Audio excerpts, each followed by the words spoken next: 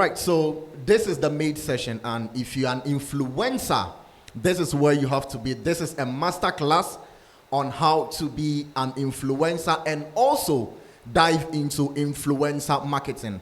I am speaking with one of the great minds in the game. You don't have to miss this conversation with him because this guy solely built Dimensa. Someone will ask, Dimensa as big as this, and this guy is the brain behind Dimensa. He is the reason why you know Dimensa today. So I am going to be speaking with Gordon Kofi Faye. He is an entrepreneur whose expertise is into procurement and also logistics. Yes, he's the CEO of Clean Cakes. Clean Cakes. And today we are going to be having an interesting conversation. Gordon, how are you doing? I'm doing great. How are you doing, my man? I'm good myself. So Gordon, before we go into it, I know I have given your profile, I have told them who you are, but it'll be right if you tell us about yourself. Great. Thank you very much. Gordon is a curious mind. He is a lifer. When I say a lifer, I'm always trying to find out something different every day. I'm always trying to push the limit. So Gordon is a venture builder also. I love building things. And I always love talking to like-minded people and learning as much as I can. Currently on one of my expeditions in Europe to learn a little bit and also continue to build clean cakes and everything else that comes my way. Thank you very much. And I'm happy to be here. All right, welcome, Gordon. So, Gordon, take us back a bit. When did your journey into entrepreneurship start? I've always had that knack for entrepreneurship because my mom has been a trader all her life, and same as my grandmom. So as a kid, I could see my mom selling a lot of things from cream to cloth. And so I saw it. So my home was definitely one that you could say like an entrepreneurial home. And then fast forward, my sister was also very much deep into entrepreneurship, and together we co-founded Dimensa. So I get a lot of people who want to go into hospitality, and you are already in that session. So let's talk about Dimensa. What inspired you to co-found Dimensa, and what was the original vision behind it? Thank you very much. That's a good question. Dimensa was inspired through authenticity, and because it was something we were already experiencing in our home until we decided to share with the world. And that was just the beginning of it. If anyone want to go into, let's say, hospitality, I'd say, yes, you really would have to think beyond just cooking food, but rather go deep into making it an experience for people, because right from the kitchen to your table, it's an experience. Right from you dishing the food, it's an experience. Okay, so I believe people don't know, but let's talk about this. You solely build the brand Dimensa. If I'm right, I want us to build the basis for the conversation. Thank you very much. To say the brand, to some extent, I'll say yes. If we are talking about to go deep into marketing, into PR, into sales, I'll say yes, because it wasn't because I had to, but because it just was necessary. But we had a strong team in-house that has always helped to make the dream possible. So it wasn't just myself, but a strong team as well. Okay, so with the team in question and everybody, of course you were the leader of the team, or you were the head, let's say, of the team. What specific influencer marketing strategies did you use to grow visibility and engagement? Okay, thank you very We, much. I'm going to give a little context we want the because this is specific more or ones. less like yes, more or less this since this is more or less like a master class. Yeah. I'm going to kind of like break it down in a little time. So I focus mainly on marketing and branding, sales, PR, and with influencer marketing, we know this is the oldest form of marketing because we are human beings. Our biology is wired for curiosity, is wired for belonging, sense of belonging. And so it's in this same regard that I focused on influencer marketing because if someone that you respect recommends something to you, it's 100% possible for you to go and try it. With regards to Dimensa, I'd say I focus more on nano influencers. Someone say, what's nano influencers? That's like influencers who have followers from about 100 to 10K. And we have nano influencers, we have macro influencers. And I'd say that before you ever decide to go into influencer marketing, there are prerequisites. And the prerequisites are that you have to make sure you have a strong product, you have strong systems and processes in place in-house, because in influencer marketing, a promise is going to be made. And so when the customer comes to try the product, it has to be as it was promised and even more, right? I focus mainly on nano influencers and also to actually make the messaging more natural and organic. We know with nano influencers, they are hungry, they are new, they have less experience, and so they are ready to grow just like your business, right? And so the focus was on nano influencers rather than using celebrities or let's say macro influencers who are going to charge big amounts of money. Okay, so that is the strategy you used.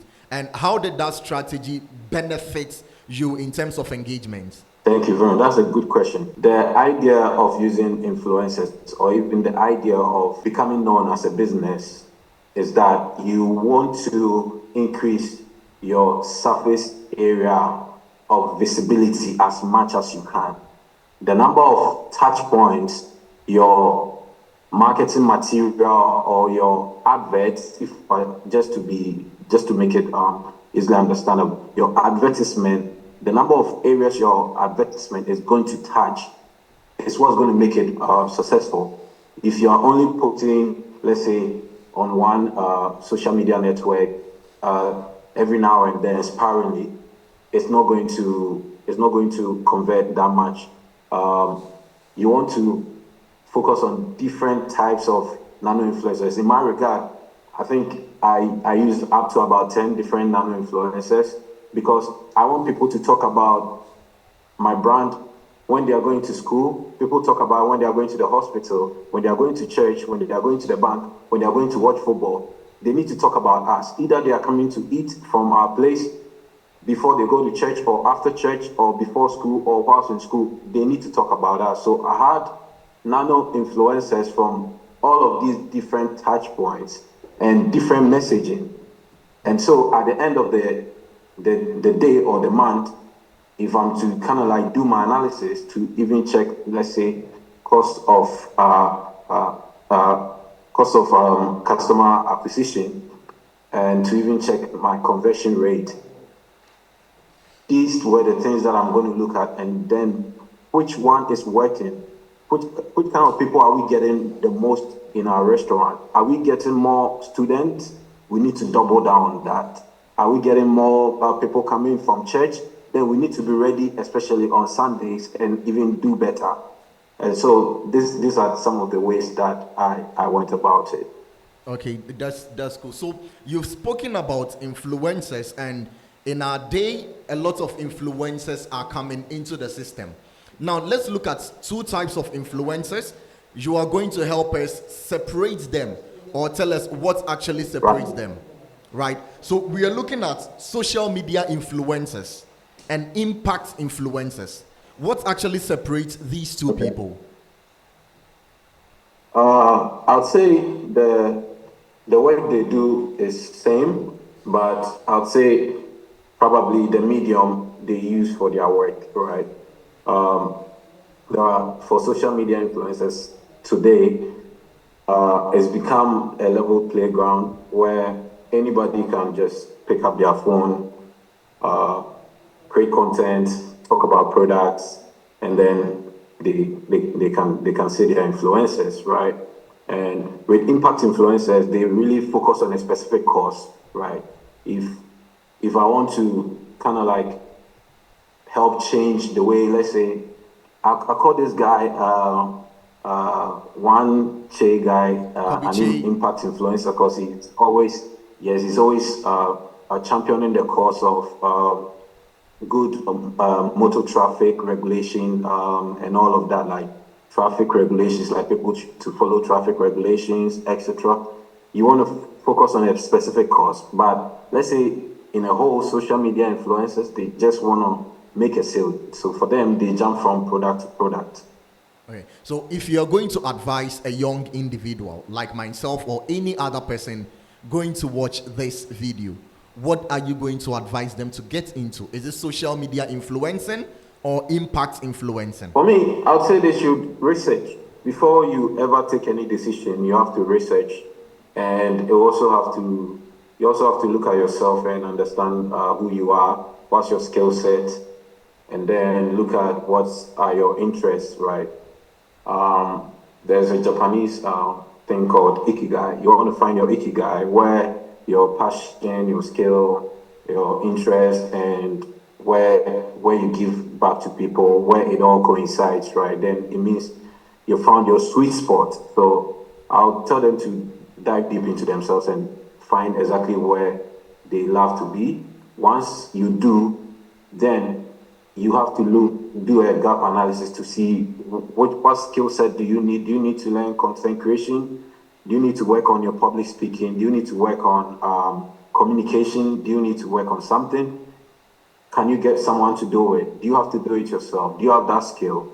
You do that gap analysis and then double down and learn the skill, because now it's a level playground. Because of AI, you can learn so much within a short time.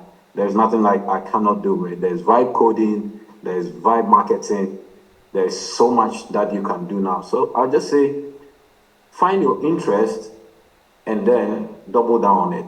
But if you're not interested in that particular thing, you just want to make money, you might stop along the way. I want you to share some lessons with us. I want us to move away from the conversation of Dimensa. So can you share 3 lessons from growing Dimensa's audience that young entrepreneurs can actually apply in their own digital brand? Today, what I'm going to say is systems. Before you ever think of selling to one customer, make sure you've already built a system. The system is like a machine. It has different parts. In a business, you're going to have to think of the management system, the financial system, the product system, your supply chain system. You're going to have to also look at your fulfillment system, your marketing, sales, whatever. All of those things are systems, right? Some you can automate, some you need people to do daily.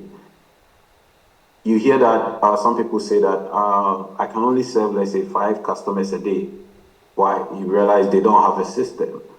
You can, nowadays, as a business, you want to create a website. You make sure that it's integrated with an API of a delivery company that can help do on-the-go delivery. You want to make sure that in-house, your sales process is regulated. You don't want to keep people waiting too much. You just want to build that machine like McDonald's, like all those fast food brands, so that they can just pick it from a different country and just plug in another country because they have the systems. So first, systems. 2, people. You want to make sure your team are good. You want to make sure you're training your team. You, even as a leader, you are also learning. Continuous learning is what's going to grow the business. Steve Jobs says something that if you put a team B player around a team A player for a long time, that team B player can become a team A player. But if you put a team A player around team C players, that team A player is going to get tired and will become a team C player.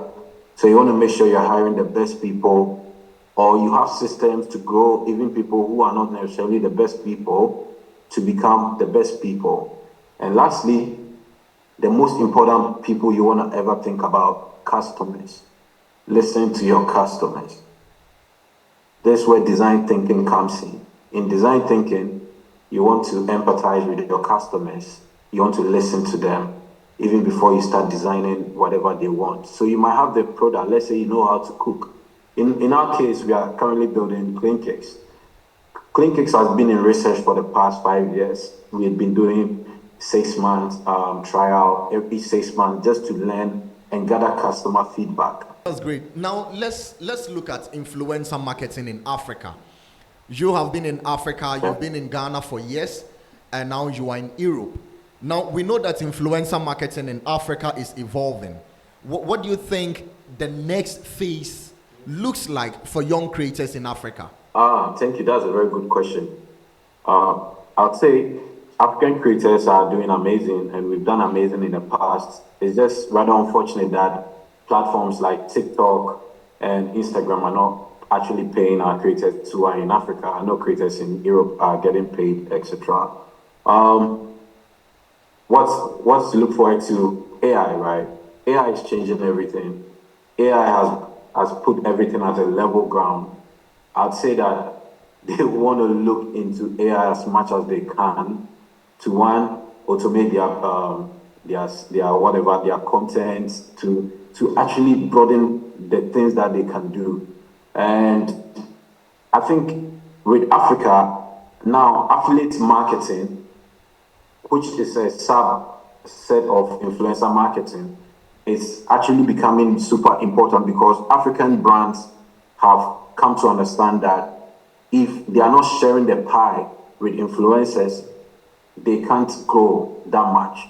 Because companies in Europe and America, they've done this for years, and it has been very successful for them. So I think that's what's going to happen now. More into affiliate marketing, adoption of AI, all-round growth, new Gen Z influencers coming on board with new lingo, new ideas, new fire. It's going to be exciting. The issue of monetizing our influence in Africa as youth is becoming a very big problem. You have the influence, but you don't know how to monetize it.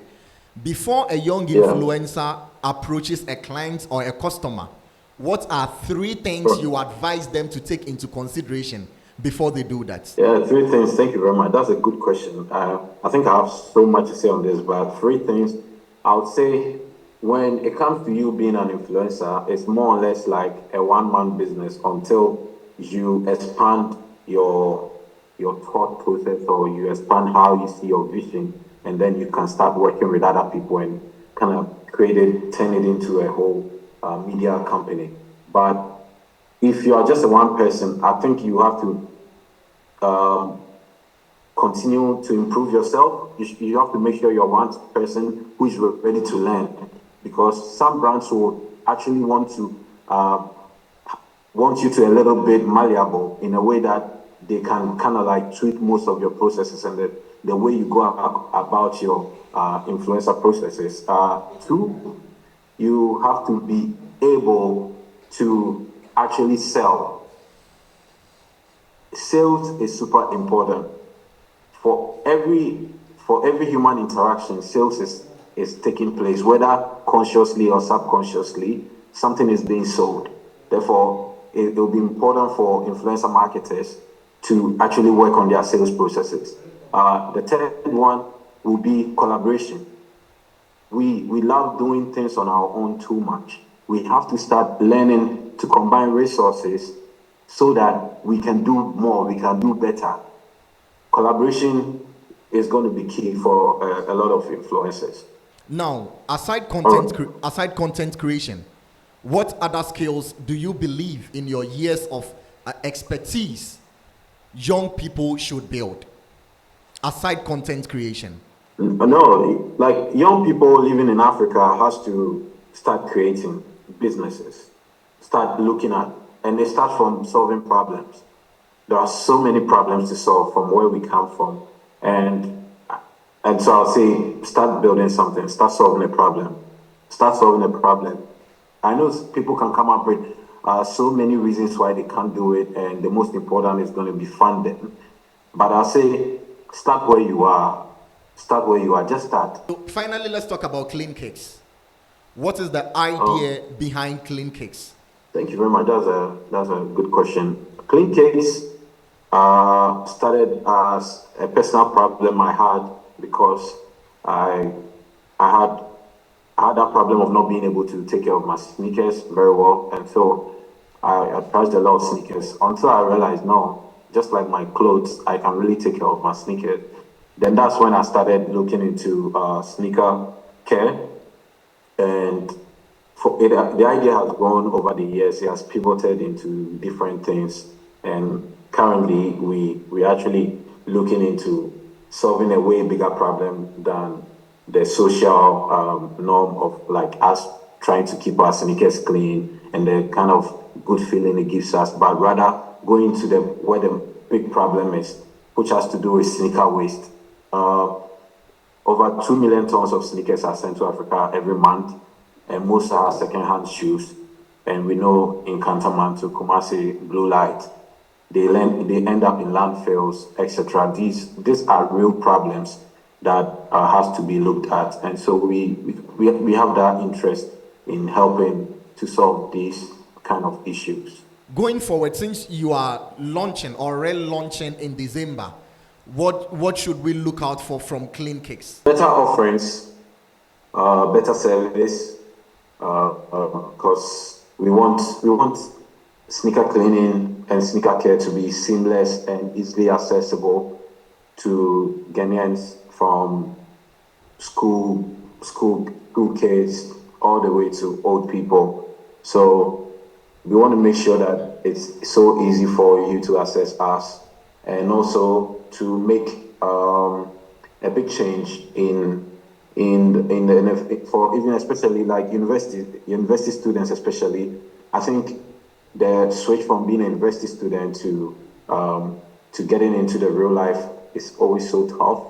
And so we want to look into the capacity building as much as we can with our partners, some media houses, other brands. We are just here to learn and do exactly what the people want and solve that whole problem.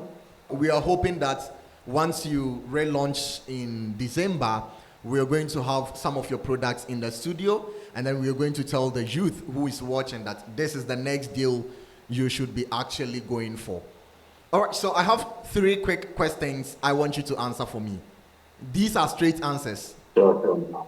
The first thing, okay. One book you will recommend for every youth. Connecting with Strangers. Connecting with Strangers.